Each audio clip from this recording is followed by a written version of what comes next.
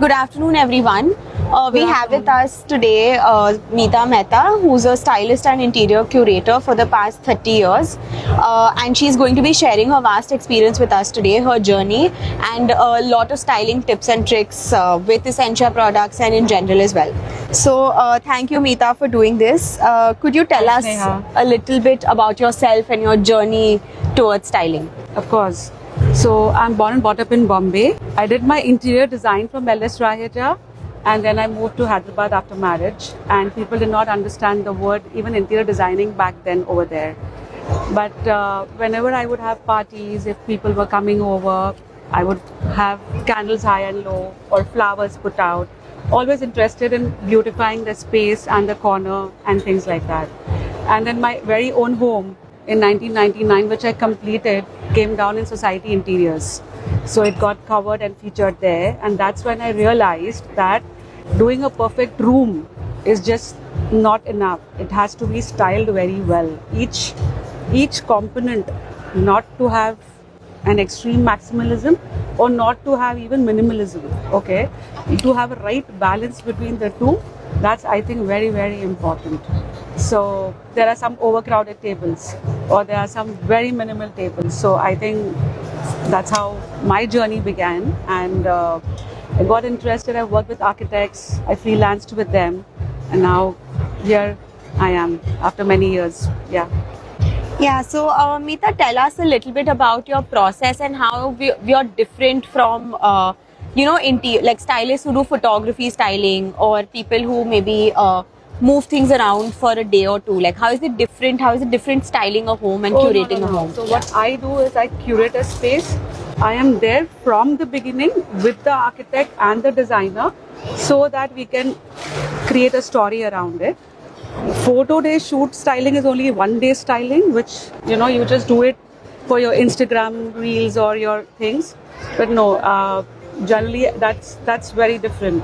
What you need to do is to actually when you go home, you should feel like a home with a soul, just not bare furniture and bare things around, Yeah. Okay. So, through your vast experience, do you think you have a definitive styling, like a particular aesthetic?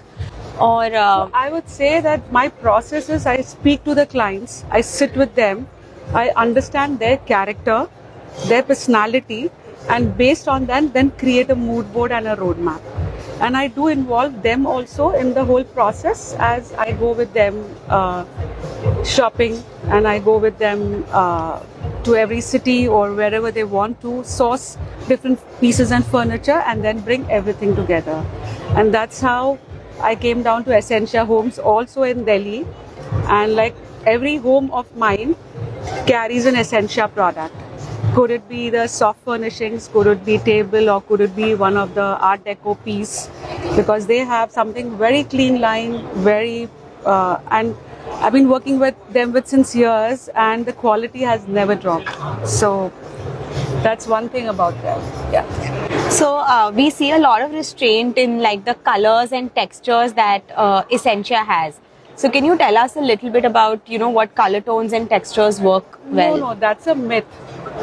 So they use a lot of monochromatic colors, I understand. But in a color play, you can have it very beautifully. They have a green carpet here and there are neutrals here. Yeah. Or you could do even a neutral carpet and have some nice colored cushions there.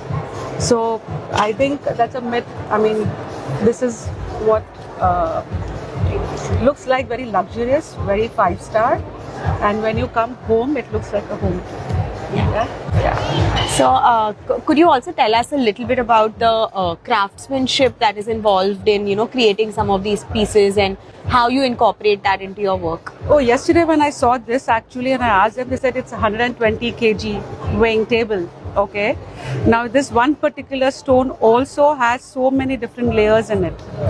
Okay. And it's just not one piece put out, but if you see it, there are different textures of the same stone. So it's very, very beautifully carved.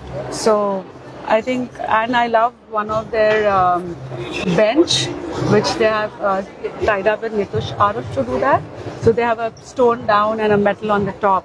I think every home of mine, I try to fit and put that bench. Yeah. So usually, it is a misunderstanding that when you have minimal, very clean textured monochromatic homes, they tend to look extremely boring. So how do you add character to homes like this? I would say through art, to carpets, and of course through some art pieces on the table. I'm not saying overcrowd your table. You could do restrictive styling. You could have your coffee table books with one or two things around and let even the piece speak for itself. That's also very important. I mean, if I cover this whole table, you'll not be able to see the play of the material here. So yeah, and art also plays a very important role. So if the carpet is green, probably with this I would go with a monochromatic art, like a very neutral. And if the carpet was neutral, then I would have thrown a color on the wall. So yeah. So just to understand a little better, like if you could just maybe treat this coffee table right here as a case study and tell us a few like do's and don'ts about if we were to style it in our respective homes, what would be some of the tips and tricks to do it right? Okay, I wouldn't put too many books. I would have only like a layer of 3 books. I would put a small planter on that and maybe an art piece around, and that's it. Usually Indian homes, we have a sense of like our art is very colorful. A lot of our fabrics are very colorful. So how do you pair them with like pieces like these which are so modern in their aesthetic? Are you talking about art? Yes, so like art or soft, like say carpets or furnishings, etc. So here if you see, the textures do the play. Here the textures are only so beautiful, you don't need to actually do anything extra. And then have a piece like this. I mean, this is an art deco piece here. Okay, it's so beautiful and it's so functional. Yeah. So it's not just a piece to be kept there, but you can use it also, and it has its own beauty. So how do you style, basis seasonal changes also? So like what kind of changes can we make seasonally? So for example, in summer, don't have your woolen throws. Okay, don't have your woolen cushions. You can go with soft cotton textures, a cotton throw. Summer, you might not want to hurt your eye, so you want to go a little.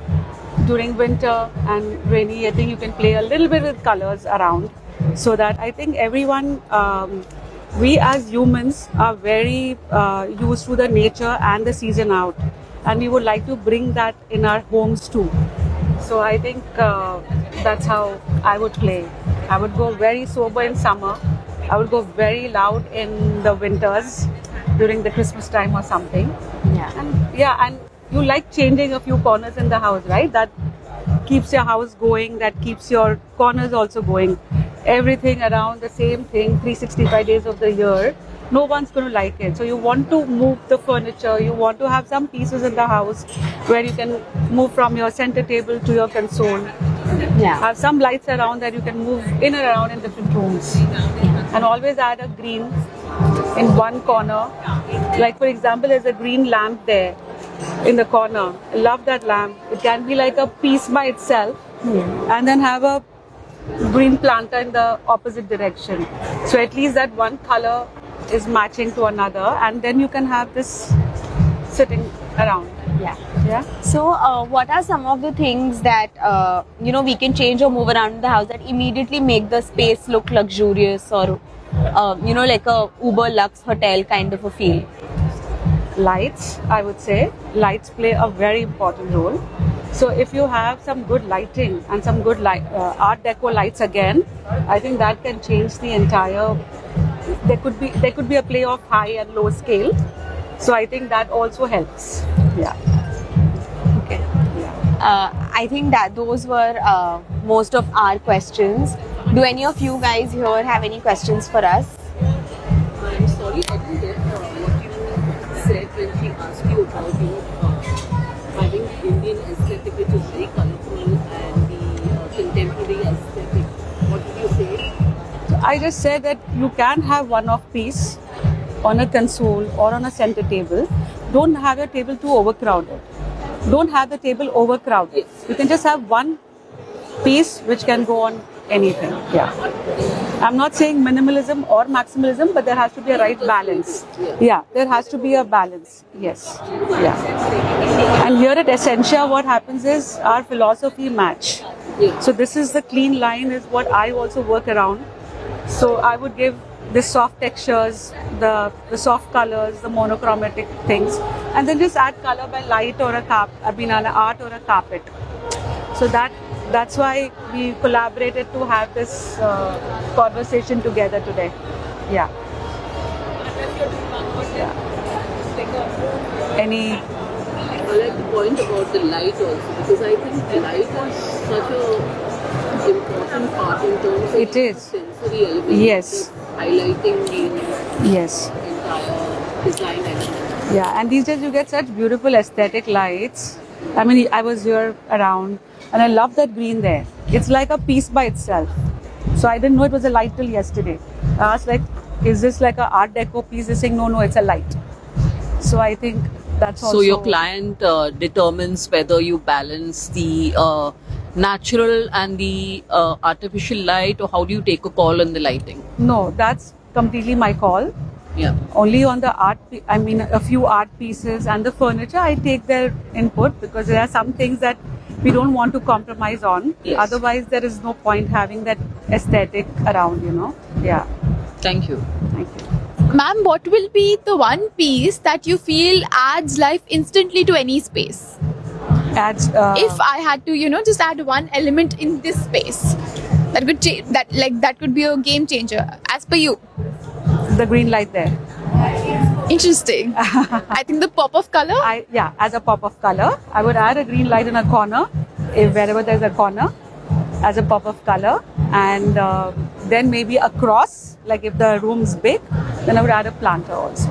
Thank you. Yeah. Thank you everyone for Thank joining you so us, much and for thank you Mita for joining doing us. this. Thank you so Yeah, much for thank joining you. us and giving us the time and attention. Thank you.